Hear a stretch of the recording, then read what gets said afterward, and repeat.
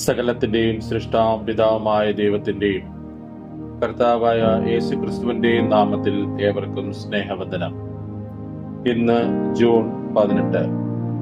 ഇന്ന് നമ്മൾ വായിക്കുന്ന ആദ്യത്തെ വായനാഭാഗം ന്യായാധിപന്മാർ 20-ാം അധ്യായം. ന്യായാധിപന്മാർ 20-ാം അധ്യായം 1-ാം വാക്യം മുതൽ. അനന്തരം ഇസ്രായേൽ മക്കളൊക്കെയും പുറപ്പെട്ട് ദാൻ മുതൽ ബേർശേബ വരെയും ഗിലെയാദ് ദേശത്തുമുള്ള സഭയൊക്കെയും ഏക മനസ്സോടെ മിസ്പായിൽ യഹോവയുടെ സന്നിധിയിൽ വന്നുകൂടി. ഇസ്രായേലിന്റെ സകല ഗോത്രങ്ങളുമായ സർവ്വജനത്തിന്റെയും പ്രധാനികളും ആയുധപാണികളുമായ 4,00,000 കാലാളും ദൈവത്തിന്റെ ജനസംഘത്തിൽ വന്നു നിന്നു. ഇസ്രായേൽ മക്കൾ മിസ്പയിലേക്ക് പോയി എന്ന് ബെന്യാമിനർ കേട്ടു. അപ്പോൾ ഇസ്രായേൽ മക്കൾ, ഈ ദോഷം എങ്ങനെ സംഭവിച്ചു എന്ന് പറവിൻ എന്ന് പറഞ്ഞതിന് കൊല്ലപ്പെട്ട സ്ത്രീയുടെ ഭർത്താവായ ലേവ്യൻ ഉത്തരം പറഞ്ഞത്, ഞാനും എന്റെ വെപ്പാട്ടിയും ബെന്യാമീൻ ദേശത്ത് ഗിബെയയിൽ രാപാർപ്പാൻ ചെന്നു. എന്നാറെ ഗിബെയ നിവാസികൾ എന്റെ നേരെ എഴുന്നേറ്റ് രാത്രി എന്റെ നിമിത്തം വീട് വളഞ്ഞ് എന്നെ കൊല്ലുവാൻ ഭാവിച്ചു. എന്റെ വെപ്പാട്ടിയെ അവർ ബലാത്കാരം ചെയ്തതിനാൽ അവൾ മരിച്ചുപോയി. അവർ ഇസ്രായേലിൽ ദുഷ്കർമ്മവും വഷളത്വവും പ്രവർത്തിച്ചതുകൊണ്ട് ഞാൻ എന്റെ വെപ്പാട്ടിയെ ഖണ്ഡം ഖണ്ഡമായി ഇസ്രായേലിന്റെ അവകാശ ദേശത്തൊക്കെയും കൊടുത്തയച്ചു. നിങ്ങൾ എല്ലാവരും ഇസ്രായേലിലല്ലോ, ഇതിൽ നിങ്ങളുടെ അഭിപ്രായവും ആലോചനയും പറവിൻ. അപ്പോൾ സർവ്വജനവും ഒന്നായിട്ട് എഴുന്നേറ്റ് പറഞ്ഞത്, നമ്മിൽ ആരും തന്റെ കൂടാരത്തിലേക്ക് പോകരുത്, ആരും വീട്ടിലേക്ക് തിരികെയും അരുത്. നാം ഇപ്പോൾ ഗിബെയോട് ചെയ്യേണ്ടുന്ന കാര്യമാവിത്, നാം അത് സംബന്ധിച്ച് ചീട്ടിടണം. അവർ ഇസ്രായേലിൽ പ്രവർത്തിച്ച സകല വഷളത്വത്തിനു പകരം ചെയ്യേണ്ടതിന് ജനം ഗിബെയയിലേക്ക് ചെല്ലുമ്പോൾ അവർക്ക് വേണ്ടി ഭക്ഷണ സാധനങ്ങൾ പോയി കൊണ്ടുവരുവാൻ ഇസ്രായേൽ ഗോത്രങ്ങളിൽ 110 പേരെയും 1000-ൽ 100 പേരെയും 10,000-ൽ 1000 പേരെയും എടുക്കണം. അങ്ങനെ ഇസ്രായേലരൊക്കെയും ആ പട്ടണത്തിന് വിരോധമായി ഏക മനസ്സോടെ യോജിച്ചു. പിന്നെ ഇസ്രായേൽ ഗോത്രങ്ങൾ ബെന്യാമീൻ ഗോത്രത്തിലെങ്ങും ആളയച്ചു, നിങ്ങളുടെ ഇടയിൽ ഇങ്ങനെ ഒരു ദോഷം നടന്നതെന്ത്? ഗിബെയയിലെ ഈ നീചന്മാരെ ഞങ്ങൾക്കൊന്ന് ഇസ്രായേലിൽ നിന്ന് ദോഷം നീക്കിക്കളയേണ്ടതിന് അവരെ ഏൽപ്പിച്ചു തരുവിൻ എന്ന് പറയിച്ചു. ബെന്യാമീനോ ഇസ്രായേൽ മക്കളായ തങ്ങളുടെ സഹോദരന്മാരുടെ വാക്ക് കേട്ടനുസരിപ്പാൻ മനസ്സില്ലാതെ ഇസ്രായേൽ മക്കളോട് യുദ്ധത്തിന് പുറപ്പെടത്തക്കവണ്ണം തങ്ങളുടെ പട്ടണങ്ങളിൽ നിന്ന് ഗിബെയയിൽ വന്നുകൂടി. അന്ന് ഗിബെയ നിവാസികളിൽ എണ്ണിത്തിരിച്ച 700 വിരുദ്ധന്മാരെ കൂടാതെ പട്ടണങ്ങളിൽ നിന്ന് വന്ന ബെന്യാമിനർ 26,000 ആയുധപാണികൾ ഉണ്ടെന്ന് എണ്ണം കണ്ടു. ഈ ജനത്തിലെല്ലാം ഇടത്ത് കയ്യന്മാരായ 700 വിരുദ്ധന്മാർ ഉണ്ടായിരുന്നു. അവർ എല്ലാവരും ഒരു രോമത്തിന് പോലും ഏറുപിഴയ്ക്കാത്ത കവണക്കാർ ആയിരുന്നു. ബെന്യാമീൻ ഒഴികെയുള്ള ഇസ്രായേലരോ 4,00,000 ആയുധപാണികളായിരുന്നു. അവർ എല്ലാവരും യോദ്ധാക്കൾ തന്നെ. അനന്തരം ഇസ്രായേൽ മക്കൾ പുറപ്പെട്ട് ബേഥേലിലേക്ക് ചെന്നു. ബെന്യാമീനരോട് പടവെട്ടുവാൻ ഞങ്ങളിൽ ആര് മുമ്പനായി ചെല്ലേണ്ടു എന്ന് ദൈവത്തോട് അരുളപ്പാട് ചോദിച്ചു. യഹൂദ മുമ്പനായി ചെല്ലട്ടെ എന്ന് യഹോവ അരുളി ചെയ്തു. അങ്ങനെ ഇസ്രായേൽ മക്കൾ രാവിലെ എഴുന്നേറ്റ് ഗിബെയയ്ക്ക് നേരെ പാളയമിറങ്ങി. ഇസ്രായേലിയർ ബെന്യാമിനോട് യുദ്ധം ചെയ്യുവാൻ പുറപ്പെട്ട് ഗിബെയയിൽ അവരുടെ നേരെ അണിനിരന്നു. ബെന്യാമിനരോ ഗിബെയിൽ നിന്ന് പുറപ്പെട്ട് ഇസ്രായേലിൽ 22,000 പേരെ അന്ന് സംഹരിച്ച് വീഴ്ചു. ഇസ്രായേൽ മക്കൾ യഹോവയുടെ സന്നിധിയിൽ ചെന്ന് സന്ധ്യ വരെ കരഞ്ഞു. ഞങ്ങളുടെ സഹോദരന്മാരായ ബെന്യാമിനരോട് ഞങ്ങൾ ഇനിയും യുദ്ധത്തിന് പോകണമോ എന്ന് യഹോവയോട് ചോദിച്ചു. അവരുടെ നേരെ ചെല്ലുവിൻ എന്ന് യഹോവ അരുളി ചെയ്തു. അങ്ങനെ ഇസ്രായേലരായ പടജനം ധൈര്യപ്പെട്ട് 1-ാം ദിവസം അണിനിരുന്ന സ്ഥലത്ത് തന്നെ പിന്നെയും പടയ്ക്ക് അണിനിരുന്നു. ഇസ്രായേൽ മക്കൾ 2-ാം ദിവസവും ബെന്യാമിനരോട് അടുത്തു. ബെന്യാമിനർ 2-ാം ദിവസവും ഗിബെയിൽ നിന്ന് അവരുടെ നേരെ പുറപ്പെട്ട് ഇസ്രായേൽ മക്കളിൽ പിന്നെയും 18,000 പേരെ സംഹരിച്ചു വീഴ്ചു. അവർ എല്ലാവരും യോദ്ധാക്കൾ ആയിരുന്നു. അപ്പോൾ ഇസ്രായേൽ മക്കളൊക്കെയും സർവ്വജനവും കയറി ബേഥേലിലേക്ക് ചെന്നു. അവിടെ യഹോവയുടെ സന്നിധിയിൽ കരഞ്ഞുകൊണ്ട് അന്ന് സന്ധ്യ വരെ ഉപവസിച്ച് പാർത്ത് യഹോവയുടെ സന്നിധിയിൽ ഹോമയാഗങ്ങളും സമാധാനയാഗങ്ങളും അർപ്പിച്ചു. പിന്നെ ഇസ്രായേൽ മക്കൾ യഹോവയോട് ചോദിച്ചു. അക്കാലത്ത് ദൈവത്തിന്റെ നിയമപ്പെട്ടകം അവിടെ ഉണ്ടായിരുന്നു. അഹ്റോന്റെ മകനായ എലെയാസന്റെ മകൻ ഫീനെഹാസ് ആയിരുന്നു അക്കാലത്ത് തിരുസന്നിധിയിൽ നിന്നിരുന്നത്. ഞങ്ങളുടെ സഹോദരന്മാരായ ബെന്യാമിനരോട് ഞങ്ങൾ ഇനിയും പടയെടുക്കണമോ ഒഴിഞ്ഞു കളയണമോ എന്ന് അവർ ചോദിച്ചതിന്, ചെല്ലുവിൻ, നാളെ ഞാൻ അവരെ നിന്റെ കയ്യിൽ ഏൽപ്പിക്കും എന്ന് യഹോവ അരുളി ചെയ്തു. അങ്ങനെ ഇസ്രായേലിൽ ഗിബെയയ്ക്ക് ചുറ്റും പതിയിരിപ്പുകാരെ ആക്കി. ഇസ്രായേൽ മക്കൾ 3-ാം ദിവസവും ബെന്യാമിനരുടെ നേരെ പുറപ്പെട്ട് മുമ്പലത്തെ പോലെ ഗിബെയയുടെ നേരെ പടയ്ക്ക് അണിനിരുന്നു. ബെന്യാമിനർ പടജനത്തിന്റെ നേരെ പുറപ്പെട്ട് പട്ടണം വിട്ട് പുറത്തായി. ബേഥേലിലേക്കും വയലിൽ കൂടി ഗിബയിലേക്കും പോകുന്ന 2 പെരുവഴികളിൽ വെച്ച് മുമ്പിലത്തെ പോലെ പടജനത്തിൽ ചിലരെ വെട്ടിത്തുടങ്ങി. ഇസ്രായേലിൽ ഏകദേശം 30 പേരെ കൊന്നു. അവർ മുമ്പിലത്തെ പോലെ നമ്മുടെ മുമ്പിൽ തോറ്റോടുന്നു എന്ന് ബെന്യാമിനർ പറഞ്ഞു. ഇസ്രായേൽ മക്കളോ, നാം ഓടി അവരെ പട്ടണത്തിൽ നിന്ന് പെരുവഴികളിലേക്ക് ആകർഷിക്ക എന്ന് പറഞ്ഞിരുന്നു. ഇസ്രായേലരൊക്കെയും തങ്ങളുടെ സ്ഥലത്ത് നിന്ന് പുറപ്പെട്ട് ബാൽ താമാരിൽ പടയ്ക്ക് അണിനിരന്നു. ഇസ്രായേലരുടെ പതിയിരിപ്പുകാരും ഗിബയുടെ പുൽപ്പുറത്ത് തങ്ങൾ ഇരുന്നിടത്ത് നിന്ന് പുറപ്പെട്ടു. എല്ലാ ഇസ്രായേലിൽ നിന്നും തിരഞ്ഞെടുത്തിരുന്ന 10,000 പേർ ഗിബയുടെ നേരെ ചെന്നു. പട കഠിനമായി മുറുകി. എങ്കിലും ആപത്ത് അടുത്തിരിക്കുന്നു എന്ന് അവർ അറിഞ്ഞില്ല. യഹോവ ബെന്യാമിനരെ ഇസ്രായേലിന്റെ മുമ്പിൽ തോൽക്കുമാറാക്കി. അന്ന് ഇസ്രായേൽ മക്കൾ ബെന്യാമിനരിൽ 25,100 പേരെ സംഹരിച്ചു. അവർ എല്ലാവരും ആയുധപാണികൾ ആയിരുന്നു. ഇങ്ങനെ ബെന്യാമിനർ തങ്ങൾ തോറ്റു എന്ന് കണ്ടു. എന്നാൽ ഇസ്രായേലർ ഗിബയ്ക്കരികെ ആക്കിയിരുന്ന പതിയിരിപ്പുകാരെ വിശ്വസിച്ചിരുന്നത് കൊണ്ട് ബെന്യാമിനർക്ക് സ്ഥലം കൊടുത്തു. ഉടനെ പതിയിരിപ്പുകാർ ഗിബയിൽ പാഞ്ഞുകയറി. പതിയിരിപ്പുകാർ നീളെ നടന്ന് പട്ടണത്തെ ഒക്കെയും വാളിന്റെ വായ്ത്തലാൽ സംഹരിച്ചു കളഞ്ഞു. പട്ടണത്തിൽ നിന്ന് അടയാളമായി ഒരു വലിയ പുക പൊങ്ങുമാറാക്കണമെന്ന് ഇസ്രായേലർ പതിയിരിപ്പുകാരുമായി പറഞ്ഞൊത്തിരുന്നു. ഇസ്രായേലർ പടയിൽ പിൻവാങ്ങിയപ്പോൾ ബെന്യാമിനർ ഇസ്രായേലരെ വെട്ടിത്തുടങ്ങി ഏകദേശം 30 പേരെ കൊന്നു. മുൻകഴിഞ്ഞ പടയിലെ പോലെ അവർ നമ്മുടെ മുമ്പിൽ തോറ്റോടുന്നു എന്ന് അവർ പറഞ്ഞു. എന്നാൽ പട്ടണത്തിൽ നിന്ന് അടയാളം ഒരു വലിയ പുകത്തൂണായി പൊങ്ങിത്തുടങ്ങിയപ്പോൾ ബെന്യാമിനർ പിന്നോട്ട് നോക്കി. പട്ടണം മുഴുവനും ആകാശത്തോളം കത്തിപ്പൊങ്ങുന്നത് കണ്ടു. ഇസ്രായേലിയർ തിരിഞ്ഞപ്പോൾ ബെന്യാമിനർ തങ്ങൾക്ക് ആപത്ത് ഭവിച്ചു എന്ന് കണ്ടു. അവർ ഇസ്രായേൽ മക്കളുടെ മുമ്പിൽ നിന്ന് മരുഭൂമിയിലേക്കുള്ള വഴിക്ക് തിരിഞ്ഞു. പട അവരെ പിന്തുടർന്നു. പട്ടണങ്ങളിൽ നിന്നുള്ളവരെ അവർ അതതിന്റെ മധ്യ വെച്ച് സംഹരിച്ചു.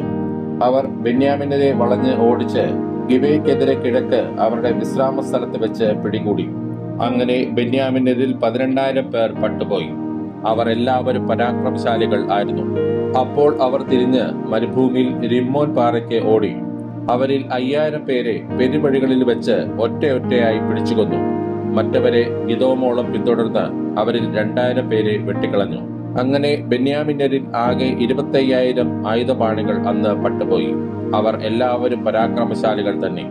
എന്നാൽ 600 പേർ തിരിഞ്ഞ് മരുഭൂമിയിൽ റിമ്മോൻ പാറ വരെ ഓടി. അവിടെ 4 മാസം പാർത്തു. ഇസ്രായേലർ പിന്നെയും ബെന്യാമിനരുടെ നേരെ തിരിഞ്ഞ് ഓരോ പട്ടണം മുഴുവനെയും മൃഗങ്ങളെയും കണ്ട സകലത്തെയും വാളിന്റെ വായ്ത്തലാൽ സംഹരിച്ചു. അവർ കണ്ട എല്ലാ പട്ടണങ്ങളും തീ വെച്ച് ചുട്ടുകളഞ്ഞു. ഇന്ന് നമ്മൾ വായിക്കുന്ന 2ാമത്തെ വായനാഭാഗം യെശയ്യാ പ്രവാചകന്റെ പുസ്തകം 42-ാം അധ്യായം. യെശയ്യാ പ്രവാചകന്റെ പുസ്തകം 42-ാം അധ്യായം 1-ാം വാക്യം മുതൽ. ഇതാ ഞാൻ താങ്ങുന്ന എന്റെ ദാസൻ, എന്റെ ഉള്ളം പ്രസാദിക്കുന്ന എന്റെ വൃതൻ. ഞാൻ എന്റെ ആത്മാവിനെ അവന്റെ മേൽ വെച്ചിരിക്കുന്നു. അവൻ ജാതികളോട് ന്യായം പ്രസ്താവിക്കും. അവൻ നിലവിളിക്കുകയില്ല, ഒച്ചയുണ്ടാക്കുകയില്ല, തെരുവീതിയിൽ തന്റെ ശബ്ദം കേൾപ്പിക്കുകയുമില്ല. ചതഞ്ഞ ഓട അവൻ ഒടിച്ചു കളയുകയില്ല, പുകയുന്ന തിരി കെടുത്തു കളയുകയില്ല. അവൻ സത്യത്തോടെ ന്യായം പ്രസ്താവിക്കും. ഭൂമിയിൽ ന്യായം സ്ഥാപിക്കും വരെ അവൻ തളരുകയില്ല, അധൈര്യപ്പെടുകയുമില്ല. അവന്റെ ഉപദേശത്തിനായി ദ്വീപുകൾ കാത്തിരിക്കുന്നു. ആകാശത്തെ സൃഷ്ടിച്ചു വിരിക്കുകയും ഭൂമിയെയും അതിലെ ഉൽപ്പന്നങ്ങളെയും പരത്തുകയും അതിലെ ജലത്തിലെ ശ്വാസത്തെയും അതിൽ നടക്കുന്നവർക്ക് പ്രാണനെയും കൊടുക്കുകയും ചെയ്ത യഹോവയാ ദൈവം ഇപ്രകാരം അരുളി ചെയ്തു. കുരുട്ടു കണ്ണുകളെ തുറപ്പാനും ബദ്ധന്മാരെ കുണ്ടറയിൽ നിന്നും അന്ധകാരത്തിൽ ഇരിക്കുന്നവരെ കാരാഗ്രഹത്തിൽ നിന്നും വിടുവിപ്പാനും യഹോവയാ ഞാൻ നിന്നെ നീതിയോടെ വിളിച്ചിരിക്കുന്നു. ഞാൻ നിന്റെ കൈപിടിച്ച് നിന്നെ കാക്കും. നിന്നെ ജലത്തിന്റെ നിയമവും ജാതികളുടെ പ്രകാശവും ആക്കും. ഞാൻ യഹോവ, അത് തന്നെ എന്റെ നാമം. ഞാൻ എന്റെ മഹത്വം മറ്റൊരുത്തനും എന്റെ സ്തുതി വിഗ്രഹങ്ങൾക്കും വിട്ടുകൊടുക്കുകയില്ല. പണ്ട് പ്രസ്താവിച്ചത് ഇതാ സംഭവിച്ചിരിക്കുന്നു. ഞാൻ പുതിയത് അറിയിക്കുന്നു. അത് ഉത്ഭവിക്കും മുമ്പേ ഞാൻ നിങ്ങളെ കേൾപ്പിക്കുന്നു. സമുദ്രത്തിൽ സഞ്ചരിക്കുന്നവരും അതിലുള്ള സകലവും ദ്വീപുകളും അവയിലെ നിവാസികളും ആയുള്ളവരെ, യഹോവയ്ക്ക് ഒരു പുതിയ പാട്ടും ഭൂമിയുടെ അറ്റത്തു നിന്ന് അവന് സ്തുതിയും പാടുവിൻ. മരുഭൂമിയും അതിലെ പട്ടണങ്ങളും കേദാർ പാർക്കുന്ന ഗ്രാമങ്ങളും ശബ്ദം ഉയർത്തട്ടെ. ശൈലനിവാസികൾ ഘോഷിച്ചുല്ലസിക്കുകയും മലമുകളിൽ നിന്ന് ആർക്കുകയും ചെയ്യട്ടെ. അവർ യഹോവയ്ക്ക് മഹത്വം കൊടുത്ത് അവന്റെ സ്തുതിയെ ദ്വീപുകളിൽ പ്രസ്താവിക്കട്ടെ. യഹോവ ഒരു വീരനെ പോലെ പുറപ്പെടും. ഒരു യോദ്ധാവിനെ പോലെ തീഷ്ണതയെ ജ്വലിപ്പിക്കും. അവൻ ആർത്തു വിളിക്കും. അവൻ ഉച്ചത്തിൽ ആർക്കും. തന്റെ ശത്രുക്കളോട് വീര്യം പ്രവർത്തിക്കും. ഞാൻ ബഹുകാലം മിണ്ടാതെയിരുന്നു, ഞാൻ മൗനമായി അടങ്ങിപ്പാർത്തിരുന്നു. ഇപ്പോഴോ നോവ് കിട്ടിയ സ്ത്രീയെ പോലെ ഞാൻ ഞരങ്ങി നെടുവീർപ്പിട്ട് കിതയ്ക്കും. ഞാൻ മലകളെയും കുന്നുകളെയും ശൂന്യമാക്കി അവയുടെ സസ്യങ്ങളെ എല്ലാം ഉണക്കിക്കളയും. ഞാൻ നദികളെ ദ്വീപുകളാക്കും, പൊയ്കളെ വറ്റിച്ചു കളയും. ഞാൻ കുരുടന്മാരെ അവർ അറിയാത്ത വഴിയിൽ നടത്തും, അവർ അറിയാത്ത പാതകളിൽ അവരെ സഞ്ചരിക്കുമാറാക്കും. ഞാൻ അവരുടെ മുമ്പിൽ ഇരുട്ടിനെ വെളിച്ചവും ദുർഘടങ്ങളെ സമഭൂമിയുമാക്കും. ഞാൻ ഈ വചനങ്ങളെ വിട്ടുകളയാതെ നിവർത്തിക്കും. വിഗ്രഹങ്ങളിൽ ആശ്രയിച്ച് ബിംബങ്ങളോട് നിങ്ങൾ ഞങ്ങളുടെ ദേവന്മാരെന്ന് പറയുന്നവർ പിന്തിരിഞ്ഞ് ഏറ്റവും ലജ്ജിച്ചു പോകും. ചെകിടന്മാരെ കേൾപ്പിൻ, കുരുടന്മാരെ നോക്കിക്കാൺമിൻ. എന്റെ ദാസനല്ലാതെ കുരുടൻ ആർ? ഞാൻ അയക്കുന്ന ദൂതനെ പോലെ ചെകിടൻ ആർ? എന്റെ പ്രിയനെ പോലെ കുരുടനും യഹോവയുടെ ദാസനെ പോലെ അന്ധനുമായവൻ ആർ? പലതും കണ്ടിട്ടും നീ സൂക്ഷിക്കുന്നില്ല, ചെവി തുറന്നിട്ടും അവൻ കേൾക്കുന്നില്ല. യഹോവ തന്റെ നീതി നിമിത്തം ഉപദേശത്തെ ശ്രേഷ്ഠമാക്കി മഹത്വീകരിപ്പാൻ പ്രസാദിച്ചിരിക്കുന്നു.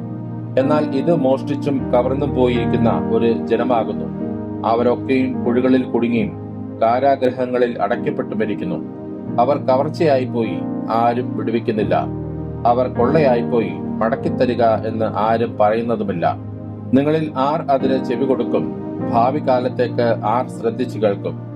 യാക്കോബിനെ കൊള്ളയായും ഇസ്രായേലിനെ കവർച്ചക്കാർക്കും ഏൽപ്പിച്ചു കൊടുത്തവൻ ആർ? യഹോവ തന്നെയല്ലോ. അവനോട് നാം പാപം ചെയ്തുപോയി, അവന്റെ വഴികളിൽ നടപ്പാൻ അവർക്ക് മനസ്സില്ലായിരുന്നു. അവന്റെ ന്യായപ്രമാണം അവർ അനുസരിച്ചിട്ടുമില്ല. അതുകൊണ്ട് അവർ തന്റെ ഉഗ്രകോപവും യുദ്ധകാഠിന്യവും അവരുടെ മേൽ പകർന്നു. അത് അവരുടെ ചുറ്റും ജ്വലിച്ചിട്ടും അവർ അറിഞ്ഞില്ല. അത് അവരെ ദഹിപ്പിച്ചിട്ടും അവർ കൂട്ടാക്കിയില്ല. ഇന്ന് നമ്മൾ വായിക്കുന്ന മൂന്നാമത്തെ വായനാഭാഗം യോഹന്നാൻ എഴുതിയ 1-ാം ലേഖനം 5-ാം അധ്യായം. യോഹന്നാൻ എഴുതിയ 1-ാം ലേഖനം 5-ാം അധ്യായം 1-ാം വാക്യം മുതൽ. യേശുവിനെ ക്രിസ്തു എന്ന് വിശ്വസിക്കുന്നവനെല്ലാം ദൈവത്തിൽ നിന്ന് ജനിച്ചിരിക്കുന്നു.